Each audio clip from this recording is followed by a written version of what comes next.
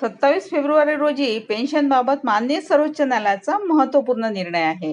तर जुन्या पेन्शनसाठी स्क्रुटिनीकरिता प्रस्ताव सादर करण्यासाठी पत्र काढावे असे माननीय उच्च न्यायालयाच्या आदेशाने 2005 पूर्वी नियुक्त शिक्षक शिक्षकेतर कर्मचाऱ्यांसाठी जुन्या पेन्शनचा लाभ मिळण्याचा मार्ग मोकळा.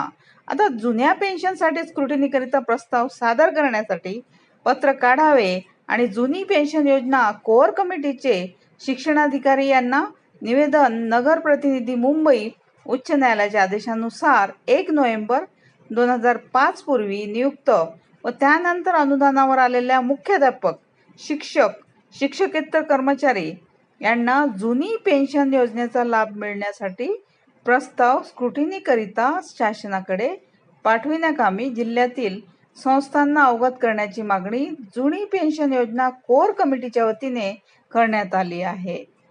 आता शिक्षण अधिकारी अशोक कडूस यांनी वरिष्ठांचे मार्गदर्शन घेऊन न्यायालयाच्या आदेशाप्रमाणे प्रस्ताव स्क्रुटिनी तयार केले जाणार असून याबाबत संस्थांना देखील पत्र काढले जाणार असल्याचे आश्वासक शिक्षकांच्या शिष्टमंडळास दिले.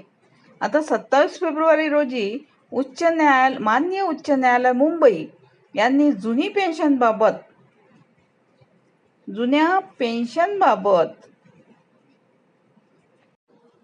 पेन्शनबाबत निर्णय दिला असून त्यामध्ये 1 नोव्हेंबर 2005 पूर्वी नियुक्त व त्यानंतर 100% अनुदानावर आलेले मुख्याध्यापक शिक्षक शिक्षकेतर कर्मचारी यांना जुनी पेन्शन योजना लागू करण्याकरिता शिक्षण अधिकारी यांना उपसंचालक यांच्याकडे स्क्रुटिनी सादर करण्याचे आदेश झालेले आहे.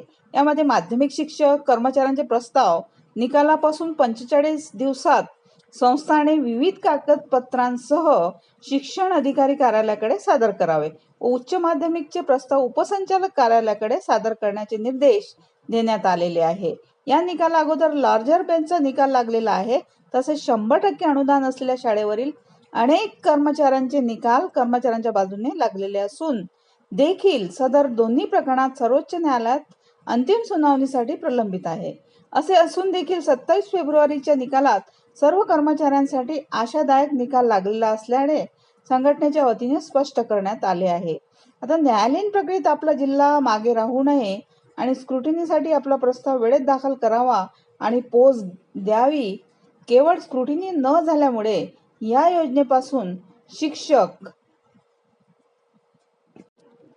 शिक्षकेतर कर्मचारी वंचित राहू नये. लवकरच प्रस्तावासाठी पत्र काढण्याची मागणी जुनी पेन्शन योजना कोअर कमिटीच्या वतीने करण्यात आली.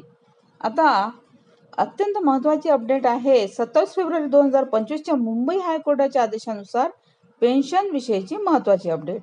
1 नोव्हेंबर 2005 पूर्वी नियुक्त व त्यानंतर 100% अनुदानावर आलेले शिक्षकेतर कर्मचाऱ्यांच्या स्थायी व पार्ट टाइम पेन्शन विषयी करावयाची कारवाई म्हणजे 27 फेब्रुवारी 2025 निकालापासून 45 दिवसापर्यंत तर महत्वाचे 33 दिवस निकाल लागून झाले आहेत. आता फक्त 12 दिवस बाकी आहे.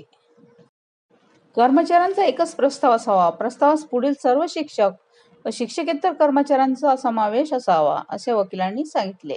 आता जी शाळा जुनी 2005 पूर्वी 100% अनुदानावर आहे व त्या शाळेला तुकडी मिळाली किंवा ज्युनियर कॉलेज काढलेले त्यावर 2000 पूर्वी शिक्षक व शिक्षकेतर कर्मचाऱ्यांची नियुक्ती आहे. तसेच त्या कर्मचाऱ्यांना 2005 पूर्वी टप्पा अनुदान आलेले आहेत असे शिक्षक व शिक्षकेतर कर्मचारी.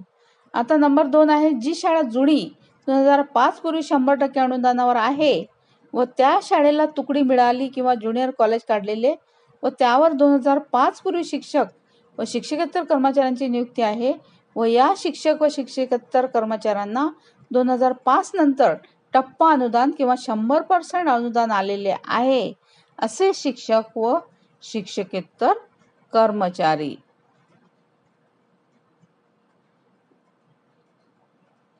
तर नवीन मान्यता शाळेतील 1 नोव्हेंबर 2005 पूर्वी नियुक्त व त्यानंतर 100% अनुदानावर आलेले सर्व शिक्षक व शिक्षकेतर कर्मचाऱ्यांचा समावेश आहे. आता महत्त्वाची कागदपत्रे बघूया. नंबर 1 मूळ आस्थापन. नियुक्त शाळेचे किंवा ज्युनियर कॉलेजचे 100% असल्याचे शिक्षण विभागाचे पत्र.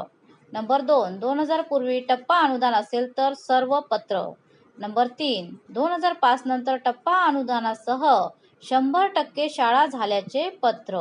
आता नंबर 4 वर आहे, प्रत्येकाचे 2005 पूर्वी नियुक्ती दिनांक शिक्षण विभागाचे पत्र, जिल्हा परिषद मान्यताप्रत किंवा उपसंचालक कार्यालयाचे मान्यतापत्र. आता 5 नंबरवर आहे, संस्थेचे नियुक्ती पत्र, आदेशपत्र किंवा ऑर्डर. आता आपण 6 नंबर बघूया. दिनांक 27 फेब्रुवारी 2025 ची मुंबई हायकोर्टाची निकाल प्रत जोडावी.